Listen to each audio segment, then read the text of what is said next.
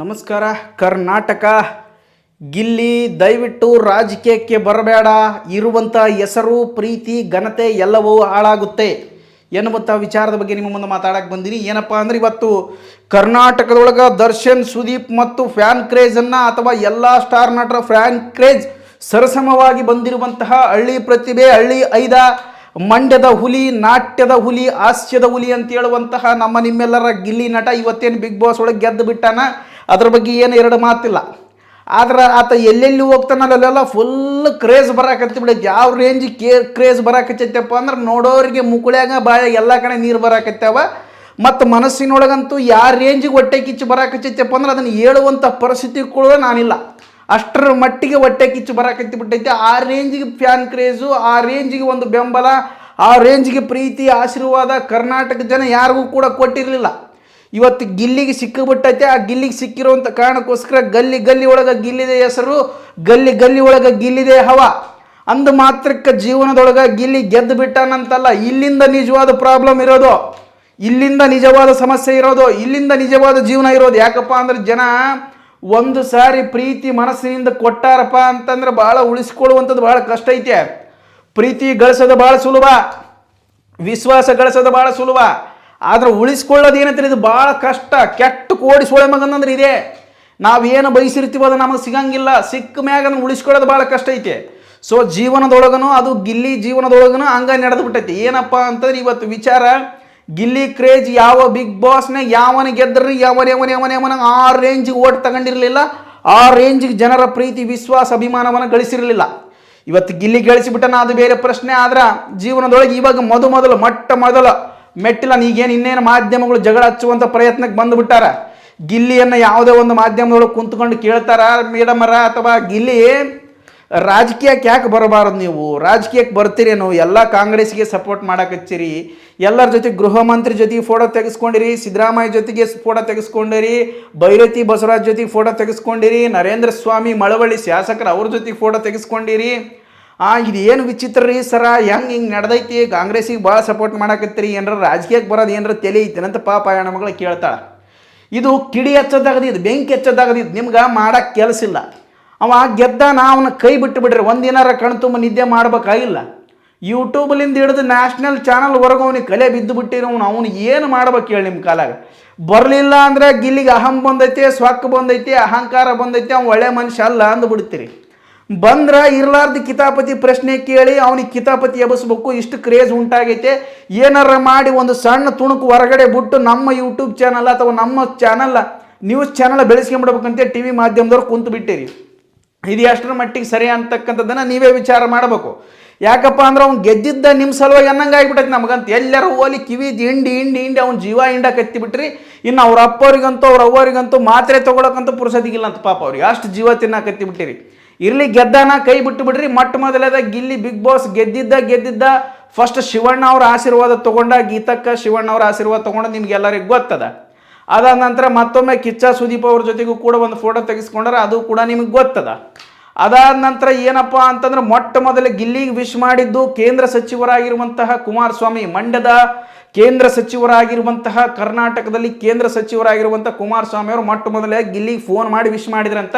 ಮತ್ತು ಅವ್ರು Instagram tweet ಒಳಗೆ ಮತ್ತು ಎಲ್ಲ ಕಡೆಗೆ ಒಂದು ಸ್ವಲ್ಪ ಸಂದೇಶ ಕೊಟ್ಟು ಶುಭ ಹಾರೈಸಿದರು. ಅದಾದ ನಂತರ ಅಲ್ಲಿರುವಂತಹ ಎಲ್ಲ ರಾಜಕಾರಣಿಗಳು ಕೂಡ, ಅಲ್ಲಿ ಲೋಕಲ್ ರಾಜಕಾರಣಿ ಎಲ್ಲರಿಗೂ ವಿಶ್ ಮಾಡ್ಯಾರಂತ. ಅದಾದ ನಂತರ DK ಶಿವಕುಮಾರ್ ಅವರು ಕೂಡ ಫೋನ್ ಮಾಡಿ ವಿಶ್ ಮಾಡ್ಯಾರಂತ. ಏನಪ್ಪ ಗಿಲ್ಲಿ ಭಾರಿ ಕ್ರೇಜಪ್ಪ ನಿಂದು ಅಂತೇಳಿ ಅವರು ಕೂಡ ವಿಶ್ ಮಾಡಿದ್ರಂತ. ಆದರೆ ಅದೇ ಸಣ್ಣಪಟ್ಟಿ ಕ್ರೇಜ್ ಅಲ್ಲ ಬಿಡು ಗಿಲ್ಲಿದು. ಆ ರೇಂಜಿಗೆ ಜನ ಬೆಂಬಲ ಈ ರಾಜಕಾರಣಿಗಳು ಇದೇ ಬೇಕು, ಈ ರಾಜಕಾರಣಿಗಳ ಕೆಲಸನೇ ಇದು. ಅದಾದಮೇಲೆ ಏನು ಮಾಡಿದ್ರು, ಸಿದ್ದರಾಮಯ್ಯನವ್ರ ಮನೆಗೆ ಹೋಗಿ ಅವ್ರದ್ದು ಒಂದು ಆಶೀರ್ವಾದ ತೊಗೊಂಡಿದೆ, ಅದು ಪರವಾಗಿಲ್ಲ ನಡೀತದ.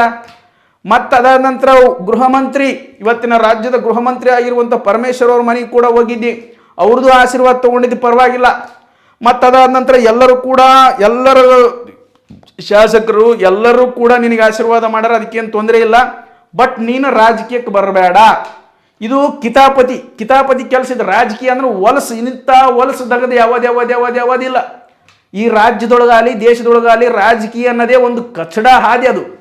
ಯಾಕಪ್ಪ ಅಂದ್ರೆ ಅದ್ರ ಬಗ್ಗೆ ಏನಂತೇಳಿ ಹೇಳ, ಅದು ವ್ಯಕ್ತಿಯನ್ನು ಕಚಡನನ್ನಾಗಿ ಮಾಡ್ತಾರೆ. ರಾಜಕೀಯ ಕೆಟ್ಟದ್ದಲ್ಲ, ಆದರೆ ರಾಜಕೀಯ ನಡೆಸುವಂತಹ ರಾಜಕಾರಣಿಗಳು ಭಾಳ ಜನ ಅವ್ರು ಉಳಿದು ಬಿಟ್ರೆ ಕೆಲವೊಂದಿಷ್ಟು ಜನ ಮಾತ್ರ ಒಳ್ಳೆಯವರು ಅದಾರ ಅದ್ರೊಳಗೆ. ಯಾಕಂದ್ರೆ ಅವ್ರ ಪರಿಸ್ಥಿತಿನೇ ಹಂಗೈತಿ, ಏನು ಮಾಡೋಕ್ಕಿಲ್ಲ. ಜನ ದುಡ್ಡು ಕೊಟ್ಟಿಲ್ಲ ಅಂದ್ರೆ ಓಟ್ ಹಾಕಂಗಿಲ್ಲ, ದುಡ್ಡು ಕೊಟ್ಟರು ರೊಕ್ಕ ತಗೊಂಡು ಓಟ್ ತಗೊಂಡಂತಾರೆ. ಕೊಟ್ಟರು ಒಂದು ಬಂಧನ ಐತಿ, ಕೊಡಲಿಲ್ಲ ಅಂದ್ರೆ ಒಂದು ಬಂಧನ ಐತಿ. ಕಾಂಗ್ರೆಸ್ನೊಳಗೆ ಇದ್ದಪ್ಪ ಅಂದ್ರೆ BJP ಅವ್ರ ವಿರೋಧ ಕಟ್ಟಿಗೆಬೇಕು, BJP ಒಳಗೆ ಇದ್ದಪ್ಪ ಅಂದ್ರೆ ಕಾಂಗ್ರೆಸ್ನವ್ರ ವಿರೋಧ ಕಟ್ಟಿಗೆಬೇಕು. ಎರಡರ ಮಧ್ಯೆ JDS ಹೋಗ್ಬೇಕಪ್ಪ ಅಂತ ಮತ್ತೆ ಕಾಂಗ್ರೆಸ್ BJP ಇಬ್ಬರನ್ನ ಎದುರಾಕೋಬೇಕು. ಒಂದು ಒಳ್ಳೇದು ಮಾಡಿದ್ರೆ 9 ಮಂದಿ ಹೌದಂಬರ್ ಇರ್ತಾರೆ, 90 ಮಂದಿ ಅಲ್ಲಂಬರ್ ಇರ್ತಾರೆ. ಅದು ಸರಿ ಇಲ್ಲ ಅಂಬರೇ ಇರ್ತಾರೆ. ಹೆಂಗೆ ಮಾಡ್ತೀವ ಜೀವನ? ಹೆಂಗೆ ಆಗಿಬಿಡ್ತದಪ್ಪ ರಾಜಕಾರಣಿ ಜೀವನಪ್ಪ ಅಂದ್ರೆ ಚೆಡ್ ಎರ್ಕೊಂಡು ಮುಗುಳು ಎರ್ಕೊಂಡು ಮೂಲೆಯಾಗಿ ಬಿದ್ದಿರ್ಬೇಕು, ಹಂಗೆ ಆಗಿಬಿಡ್ತದೆ. ಅದು ಏನೂ ಮಾಡೋಕೆ ಹೋದ್ರೆ ಏನೋ ಒಂದು ತೊಂದರೆ ಆಕತಿ. ಸೊ ಹಂಗಾಗಿ ನಾನು ನಿಮ್ಗೆ ಹೇಳೋದೇನಪ್ಪ, ಗಿಲ್ಲಿ ಒಟ್ಟು ನೀನು ರಾಜಕಾರಣಕ್ಕೆ ಬರೋಕ್ಕೆ ಹೋಗಬೇಡ. ನೀನು ಸಿನಿಮಾದೊಳಗೆ ದೊಡ್ಡ ಆಶೀರ್ವಾದ ತೊಗೊಳೋದೈತಿ. ನೀನು ಇನ್ನು ಲೈವ್ ಬಂದು ಎಲ್ಲ ಜನರು ಕೂಡ ನನ್ನ ಬಗ್ಗೆ ಪ್ರೀತಿ ತೋರಿಸಿರಿ, ಅಭಿಮಾನ ತೋರಿಸಿರಿ, ನಾನು ನಂಬಕ್ಕೆ ಆಗವಲ್ತು. ಹಂಗಾಗಿ ನಿಮ್ಮ ಜೀವನಕ್ಕೆ ನಾನು ಇಡೀ ಜೀವಮಾನ ನನ್ನ ಹೆಣ ಬರೋವರೆಗೂ ನಿಮ್ಮ ಋಣ ತೀರಿಸೋದಕ್ಕಾಗಲ್ಲ ಅಂತೇಳಿ ಒಂದು ಡೈಲಾಗ್ ಹೇಳಿದ್ದು ನೀನು. ಅದೇ ನಿನ್ನ ಡೈಲಾಗ್ ಅದು. ಏನದು? ಹೆಣ ಇರೋವರೆಗೂ, ಹೆಣ ಬೀಳೋವರೆಗೂ ಋಣ ತೀರ್ಸೋಕ್ಕಾಗಲ್ಲ ಅಂತ ಹೇಳ್ಬಿಟ್ಟಿದ್ದೆ. ಆ ಋಣವನ್ನು ನೀವು ಉಳಿಸ್ಕೋ. ರಾಜಕಾರಣಕ್ಕೆ ಬಂದಪ್ಪ ಅಂದ್ರೆ ಮನುಷ್ಯ ಹೊಲಸು ಎದ್ದು ಬಿಡ್ತಿದ್ದೆ. ರಾಜಕಾರಣ ಅನ್ನೋದೇ ಹಂಗದು. ಒಂದು ಧರ್ಮ, ಒಂದು ಭಾಷೆ, ಒಂದು ಕಮ್ಯುನಿಟಿ, ಒಂದು ಜಾತಿ, ಅದರೊಳಗೆ ಸೀಮಿತ ಆಗಿಬಿಡುತ್ತದು. ಏನು ಓಟ್ ಹಾಕಿರೋ ಅದರ ಆಧಾರದ ಮೇಗನೆ, ಏನು ಪರಿಹಾರ ಕೊಟ್ಟರು ಅದರ ಆಧಾರದ ಮೇಗನೆ, ಏನು ಉದ್ಧಾರ ಮಾಡಿದ್ರೆ ಅಭಿವೃದ್ಧಿ ಮಾಡಿದ್ರೆ ಅದರ ಆಧಾರದ ಮೇಲೆ, ಜಾತಿ ಆಧಾರದ ಮೇಲೆ, ಭಾಷೆ ಆಧಾರದ ಮೇಲೆ, ಲಿಂಗ ಆಧಾರದ ಮೇಲೆ ಅವನು ಎಕ್ಕಡೆ ತಿರುಗಿ ರಾಜಕೀಯ ಅನ್ನೋದು ಹೊಲಸದಾಗದಂಗೆ ಆಗಿಬಿಡತ್ತೆ. ಇವತ್ತು ತಿಳಿದಂಥ ಮನುಷ್ಯ ಯಾವನೋ ರಾಜಕೀಯ ಮಾಡೋಕ್ಕಾಗಲ್ಲ. ರಾಜಕೀಯ ಮಾಡಿದ್ರೆ ಏನೋ ತಿಳ್ಕೊಳಕ್ಕಾಗಲ್ಲ. ಯಾಕಪ್ಪ ತಿಳ್ಕೊಳಕ್ಕೆ ಟೈಮ್ ಇರಲ್ಲ ಅವಂಗ. ಮುಕುಳಿ ತೂರಿಸಿ ಮಗ ಪುರ್ಸತ್ತಿರಲ್ಲ, ಎಲ್ಲರೂ ಸೊಳ್ಳೆ ಕಡಿದ್ರೆ ತೂರಿಸಿ ಮಗ ಪುರ್ಸತ್ತಿರಲ್ಲ ಅವನಿಗೆ. ಸೊ ಅಂಥ ರಾಜಕಾರಣ ಅದು. ಆ ಜೀವನ ನಿನಗೆ ಬೇಡ. ಜೀವನದೊಳಗೆ ಮುಂದೆ ಬರ್ತಕ್ಕಂಥ ಶಕ್ತಿ ಭಾಳ ಐತಿ ನಿನಗೆ. ನಿನ್ನ ಜೀವನ ಊಹೆ ಮಾಡಿಕೊಳ್ಳಾರ್ದಷ್ಟು ಇನ್ನು ನಿನಗೆ ಬರ್ತಾವ. ಈಗಂತೂ ಸಿನಿಮಾಗಳು ಆಫರ್ ಮೇಲೆ ಆಫರ್ ಬರಕತ್ತವ. ನೋಡಿ ಹೆಜ್ಜೆ ಇಡು. ಜನ ಭಾಳ ಜಲ್ದಿ ಯಾರು ಬೆಳೆದಾರ ಭಾಳ ಜಲ್ದಿ ತುಳಿಬೇಕಂತ ಪ್ರಯತ್ನ ಮಾಡ್ತಾರೆ. ಸೊ ಹಂಗಾಗಿ ನಿನ್ನ ಜೀವನ ನಿನ್ನ ಕೈಯಾಗಳು ಇರಲಿ. ಯಾರ ಮಾತು ಕೇಳಕ್ಕೆ ಹೋಗ್ಬೇಡ. ಸಿನಿಮಾ ಇಂಡಸ್ಟ್ರಿ ಒಳಗೆ ನೀನು ಸಾಧನೆ ಮಾಡುವಂಥದ್ದು ಭಾಳಷ್ಟು ಅದ. ಅದ್ರ ಬಗ್ಗೆ ಚಿಂತೆ ಬೇಡ. ಅಲ್ಲಿ ಅವಕಾಶಗಳು ಸಿಗ್ತವ. ನಿನ್ನಷ್ಟು ಕ್ರೇಜ್ ಅವನಿಗಿಲ್ಲ.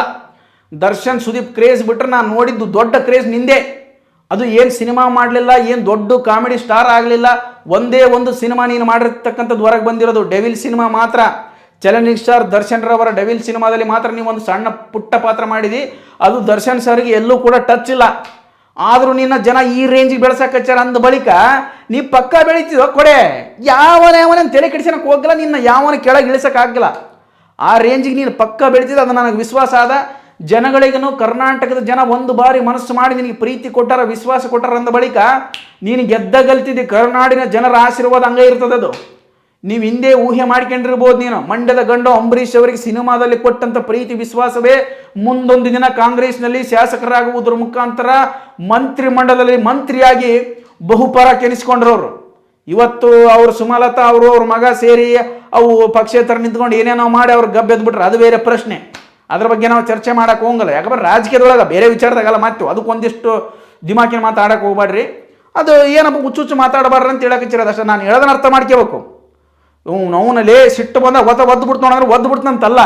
ಗಬ್ಬೆದ್ದಾರಪ್ಪ ಅಂದ್ರೆ ರಾಜಕೀಯದೊಳಗೆ ಒಂದಷ್ಟು ಕೆಟ್ಟ ಹೆಸರು ಮಾಡ್ಕೊಂಡಾರ ಅಥವಾ ಗಜಿಬಿಜಿ ಆಗಿಬಿಟ್ಟಾರಂತ ಅರ್ಥ. ಅದನ್ನ ಬಿಟ್ಟು ದೊಡ್ಡ ದೊಡ್ಡ ತಲೆ ಎಲ್ಲ ಮಾತಾಡೋಕೆ ಹೋಗ್ಬೇಡ್ರಿ ನೀವು. ನಿಮ್ಮಷ್ಟು ದೊಡ್ಡವ್ರು ನಾವಲ್ಲ. ಏನಪ್ಪ ತಿಳಿದೊಟ್ಟು ತಿಳಿಲಾರ್ದವರಿಗೆ ತಿಳಿಯಂಗೆ ಹೇಳ್ಬೇಕಂತ ಪ್ರಯತ್ನ ಮಾಡ್ತೀವಿ ಅಷ್ಟೇ. ನಿಮ್ಮಷ್ಟು ದೊಡ್ಡ ಚಾಣಕ್ಯರಲ್ಲ ಅವು. ಸೊ ಹಂಗೆ ರಾಜಕೀಯಕ್ಕೆ ಬರೋಕೆ ಹೋಗ್ಬೇಡ. ಗಿಲ್ಲಿ ನಿನ್ನ ಹೆಸರು ಭಾಳ ಚಲೋ ಐತೆ. ಜೀವನದೊಳಗೆ ಮುಂದೆ ಬರ್ತಕ್ಕಂಥ ಭಾಳ ವಿಷಯ ಐತೆ. ಗಂಭೀರದ ವಿಚಾರ ಮಾಡು. ಸಿನಿಮಾದೊಳಗೆ ನಿನ್ನ ಜೀವನ ಆದಿ ಭಾಳ ಚಲೋ ಐತೆ. ಕಾಮಿಡಿ ಮಾಡ್ತೀವೋ ಹೀರೋ ಆಗ್ತೀವೋ ಏನು ಗೊತ್ತಿಲ್ಲ. ಒಟ್ಟು ಸಿನಿಮಾ ರಂಗದೊಳಗೆ ನೀನು ಅವಕಾಶ ಸಿಗ್ತಾವೆ. ನೀನು ಸಿನಿಮಾ ರಂಗದೊಳಗೆ ಬೆಳಿಬೇಕಂತಕ್ಕಂಥದ್ದಷ್ಟೇ ನನ್ನ ಆಸೆ. ಇನ್ನೊಬ್ಬರ ಮಾತು ಕೇಳಬೇಡ. ಗುರುವಿನ ಬಲದಿಂದ ನಡಿ. ಸರ್ಕಾರಿ ಶಾಲೆಗೆ ಇವತ್ತು ಜೀವನ ಪಾವನ ಮಾಡ್ಕೊಂಡಿದ್ದು ಎಷ್ಟೋ ಬಡ ಮಕ್ಕಳ ಕನಸದು. ಬಡವರ ಮಕ್ಕಳ ಪ್ರತಿಭೆಯುಳ್ಳ ಮಕ್ಕಳ ಕನಸದು. ನಾನು ಹುಟ್ಟಿದಂತಹ ಊರಿನಲ್ಲಿ ನನಗೊಂದು ಸನ್ಮಾನ, ನಾನು ಹುಟ್ಟಿ ಬೆಳೆದಂತಹ ಶಾಲೆಯಲ್ಲಿ, ನಾನು ಓದಿದಂತಹ ಶಾಲೆಯಲ್ಲಿ ನಾನು ಸರ್ಗಳ ಜೊತೆಗೆ ಒಂದಷ್ಟು ಮಾತುಕತೆ ಆಡ್ಬೇಕಂತೇಳಿ ಎಲ್ಲ ಕನಸುಗಳು ಇರ್ತಾವ ಹಳ್ಳಿ ಮಕ್ಕಳದು.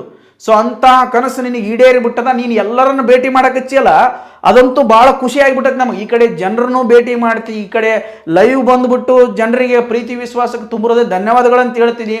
ಇತ್ತಾಗ ದೊಡ್ಡವ್ರನ್ನೆಲ್ಲರನ್ನ ಮೀಟ್ ಮಾಡ್ತಿದ್ದಿ. ಏನು ಬಾಬಾ ನೀನು ಸ್ಟ್ರಾಟರ್ಜಿನೇ ಅರ್ಥ ಆಗೋಲ್ತು ನನಗೆ. ಆದ್ರೆ ನೀನು ಏನು ಮಾಡೋಕತ್ತಿಯಲ್ಲ ಇದು ಯಾವನ ಮಾಡಿಲ್ಲ, ಮಾಡೋದು ಇಲ್ಲ. ಸೊ ಹಂಗಾಗಿ ನಿನ್ನ ಜೀವನ ಭಾಳ ಖುಷಿ ಒಳಗೆ ಇರಲಿ ಅಂತ ಹೇಳ್ತಾ ಜೀವನದೊಳಗೆ ಮುಂದೆ ಬಾ. ಸಿನಿಮಾ ಬಿಟ್ಟು ರಾಜಕೀಯಕ್ಕೆ ಬರೋಕೋಬಾರ, ವಲಸೆ ಎದ್ದು ಬಿಡ್ತಿ ಅನ್ನೋದೊಂದು ಒಂದೇ ವಿಷಯ ಹೇಳಕತ್ತೀನಿ. ಇಷ್ಟು ಹೇಳಿ ನನ್ನ ಮಾತುಗಳು ಮುಗಿಸಕತ್ತೀನಿ. ತಪ್ಪಿದ್ರು ಹೊಟ್ಟೆಗೆ ಹಾಕೋರಿ. ಪೂರಾ ತಪ್ಪು ಕಮೆಂಟ್ ಮಾಡ್ರೆ ಅದ್ರ ಬಗ್ಗೆ ವಿಚಾರ ಮಾಡಿ ನಿಮ್ಗೆ ಹೇಳ್ತೀನಿ ಅಂತ ಹೇಳ್ತಾ ಈ ವಿಡಿಯೋನ ಇಲ್ಲಿಗೆ ಮುಗಿಸಕತ್ತೀನಿ. ಗೆದ್ದು ಬಾ ಗಿಲ್ಲಿ ಮತ್ತೊಮ್ಮೆ. ಧನ್ಯವಾದ.